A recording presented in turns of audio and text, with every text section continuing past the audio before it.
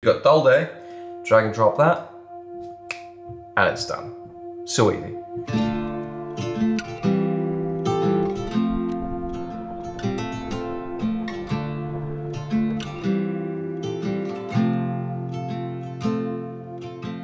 In this video, I'm going to show you how you can get the best quality results from the DJI Action 4. Get footage that looks a bit more cinematic, a bit more natural, a bit less digital by changing some settings on the camera and then also using some color grading techniques in Adobe Premiere Pro. Now you can adopt these techniques to other video editors, but it is ideal if you do have Adobe Premiere Pro.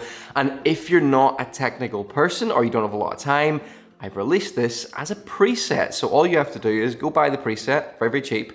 You drop that on the footage and then you can sort of go in and manipulate the values. But I think it's really, really good to know how to do these kind of things from scratch, because it means if you want to create a custom look at some point, you are better equipped with that knowledge. So that's what we're going to cover today. One thing to keep in the back of your mind is that when it comes to color grading, that's sort of changing how the footage looks, that it's all about contrast. It's about contrast of light and dark. What's the difference between the lightest and the darkest parts of the video? It's about contrast of color, how you can make some colors pop if you increase their saturation, and how you can maybe change the hue of one color and that can make something else pop out as well. And then also contrast of sharpness, of focus, how areas that are softer will have less attention drawn to them than areas that are sharper. So just keep those thoughts in mind as we jump in, but we'll start by looking at the settings to use on the camera. Okay, so I'm going to keep this simple and not go into a huge amount of detail about why I use all these settings, otherwise this would be an incredibly long video, but we get started with resolution and frame rate. For me personally, I always shoot in 4K 16:9. And either at 25 or 30 frames per second. I use 25 most of the time, but I would use 30 if I'm making something that's got a bit more action and a bit more movement, because the 30 frames per second just smooths out that action a little bit. I rarely will shoot faster than that for just my normal footage, but I will use some slow motion as well. But this is just for a standard profile. So yeah, 4K, 25 frames per second. Okay, and then tap into your settings here and make sure to enable the Pro mode. And the settings I use here are, the main one is this.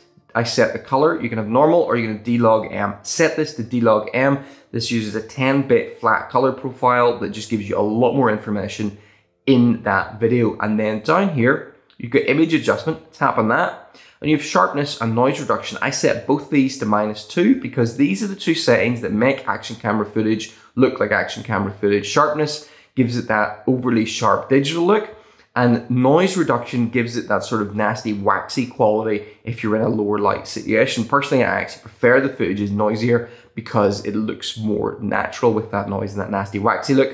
If you're going to be using the camera in a lot of low light scenarios, you might want to add a little bit of noise reduction. Maybe put that up to 0, because otherwise it will be very, very noisy. But for good conditions, -2, -2, I think that looks so much nicer than the default.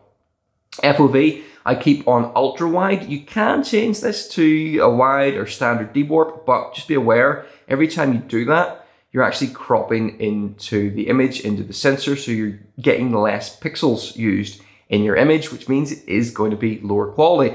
I just lean into that ultra wide look and mostly stick with ultra wide myself.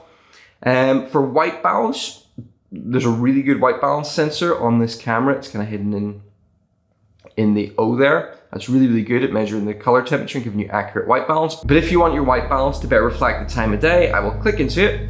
I will go to manual and I will set it to about 5500 Kelvin. That's just sort of a standard daylight white balance. What that means is in the evenings, your footage will be more orange as the light warms. And then after the sun sets, you're gonna get that blue look to your footage, which I quite like for outdoors videos. So hit confirm there.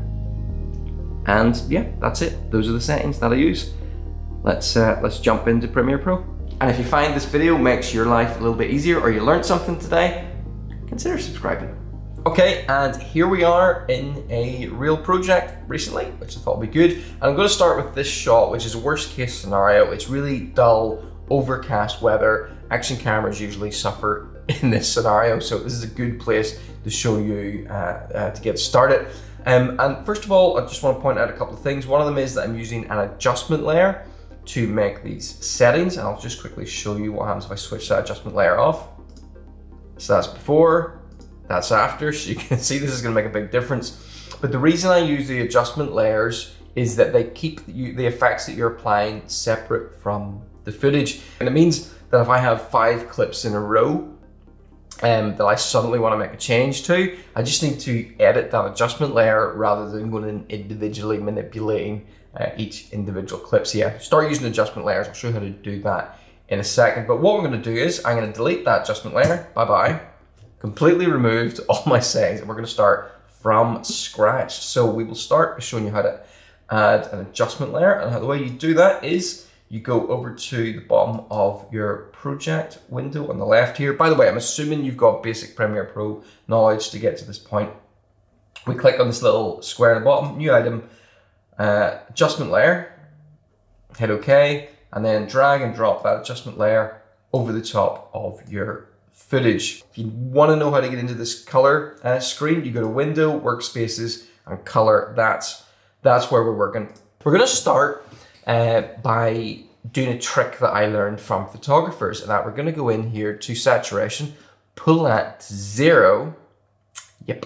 We're going to completely remove all color, and we're going to start by putting contrast into our scene before we add the color back in. This is a really good technique to getting a look quickly or getting the contrast right without having to worry about colors right off. So what I'm going to do here is what I usually do. I usually go into curves, and curves are a way of manipulating sort of your brightness and darkness within the scene in an organic way. You can do this with sliders up under basic correction, under exposure, contrast, highlights, shadows, and so on. But I find curves, once you learn how to do it, it's a lot more intuitive, it's a lot more natural. So I'll just show you what I do, and then maybe that'll help you get an idea of how this works. So this is a line going from left to right, and this line represents dark up to light values. And if I put a dot on this line, so I drop the dot right in the middle there, just by clicking on it, that dot now kind of applies to the middle and extending out to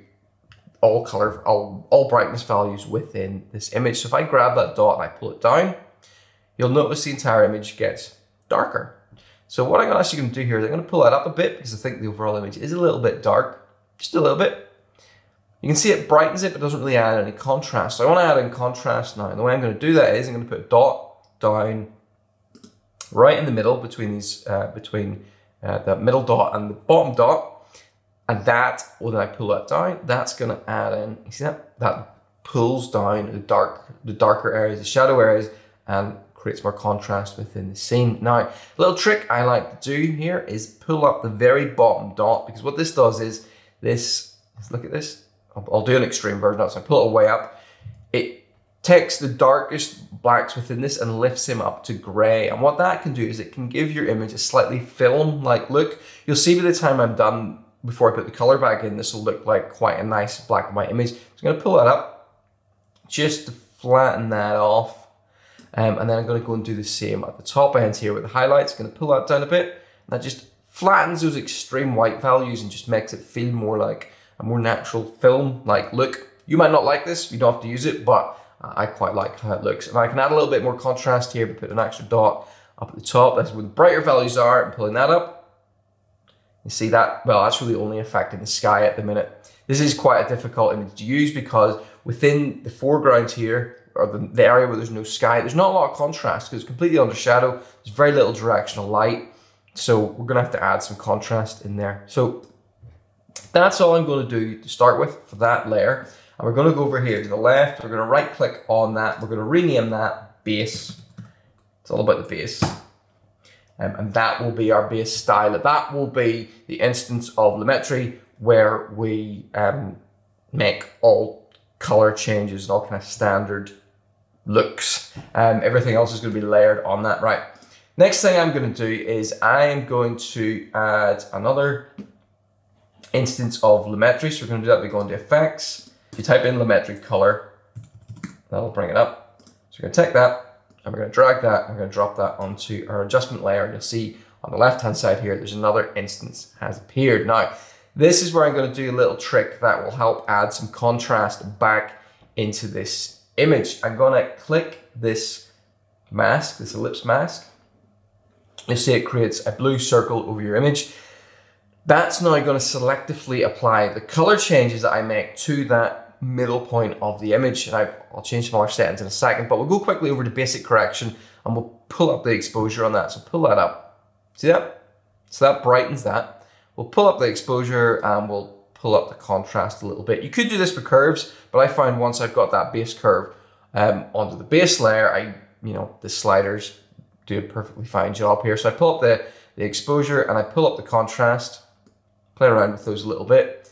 Now you can see if I click off this looks really unnatural. There's a big stupid looking circle right in the middle of my image. So what I do is I go back, I select that mask, and then I drag the feathering way up to about 500 and then just resize that mask. Now you can move this around on the image, but basically this mask is to be on the section of the video that you would like to draw the most attention to. And for this, it's because I'm standing right in the middle, I'm trying to draw attention to myself. So I've got that mask on like that. Before, after, before, after. You can see we're adding contrast. I seem to pop out of that image now. I contrast better with the darker background. See that? Now, one other thing I've started doing with action camera footage is because I've been using those low sharpness settings to capture my footage, I like to add a little bit of sharpness back to that area that I want the main focus to be. And now you can do this on a separate lumetri layer, but we can also do it on this kind of, let's call this the highlight. The highlight layer, because that's the part of the image we're trying to highlight, to draw attention to. And then you can go into creative here and you can see there's a sharpen setting. So I can pull that up and that will add sharpness to the center of that image. I find for the settings I use with the Action 4, bringing that up to around maybe about 1920, not too much because you don't want to get it to start looking digital. So I'll try switching that sharpness off, just up here. It's off and on, off and on. It's very subtle, but you will notice the difference.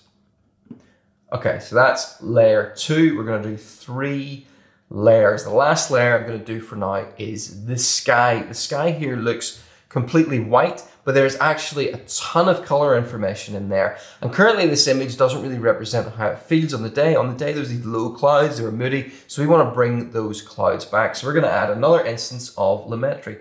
Drag that over, drop it on, and what you want to do is you want to bring this instance to the very top of the pile. So grab it and drag it up. We'll rename that sky. Now the reason you drag that to the top is so that it gets applied before everything else underneath. If you put it at the bottom, the effect doesn't work as well and you can get kind of ugly skies. It seems to lose a lot of information. So to apply it to the sky, I usually select the 4-point polygon mask, which creates a square, set the viewport to 25%, drag those anchor points out like that. And you can change this based on how much sky is in your image. Drop a dot in the middle and drag that up just so it kind of clears, my head. If I wasn't there, I would keep that down and then add some feathering to that as before. So we've got our feathering, we've got a mask, go back to full size, and then we will go into that layer up here, the color panel. Make sure to go up and select sky. And then to start with, I just drag down the exposure. And you see already, that's a nice difference. Now you can create a bit more contrast in there by manipulating the curves. This is trickier because the information in the sky it's mostly up in that upper half. So you got to go in there and draw dots and sort of manipulate and play around. It can be tricky. It won't always give you good results, but sometimes you'll get slightly more contrast and be able to bring out cloud details that you couldn't see before. Okay, it's not working hugely well. It's be just a flat bank of clouds. So anyway, we'll pull that exposure down slightly just to make that look a little bit more contrasted. Right, so let's switch all of those off. So there's before, after, got our image looking kind of contrasty. Let's now add the color back in. So we go into base, Let's pull up saturation until it starts to look nice. Remember, we shot this in DLOG, so it's quite desaturated, so you're gonna have to pull that past 100%. I'm gonna bring it up to about 150, right? Now, this image so far isn't looking like super exciting. I think it needs a bit more contrast, a bit more, maybe the exposure brought up. So I'm now gonna go to those normal exposure sliders, pull that up. Yeah, that's a bit better. Increase the contrast there, a bit, quite like that. I think we need a little bit more saturation still. I'm still a bit dark in this, so I'm going to go to that highlight layer and pull the brightness in that up a little bit more and contrast. And another value I could use in here is pull up the shadows. That will just increase the brightness in areas like in around my eyes and darker areas of the image. And then as you bring up the shadows, you have to pull the contrast up a bit. Okay, that looks quite good. Let's see before and after. Switch it off. That's our before image, and that's our after image. And that's pretty good for a dull day. Now that is quite stylized. Some people won't like that. That's got quite a heavy vignette effect with the sky and that brightness in the middle. You can play around and adjust with that. Yeah, so there's color curves you can manipulate underneath here. You can manipulate hue and the versus saturation.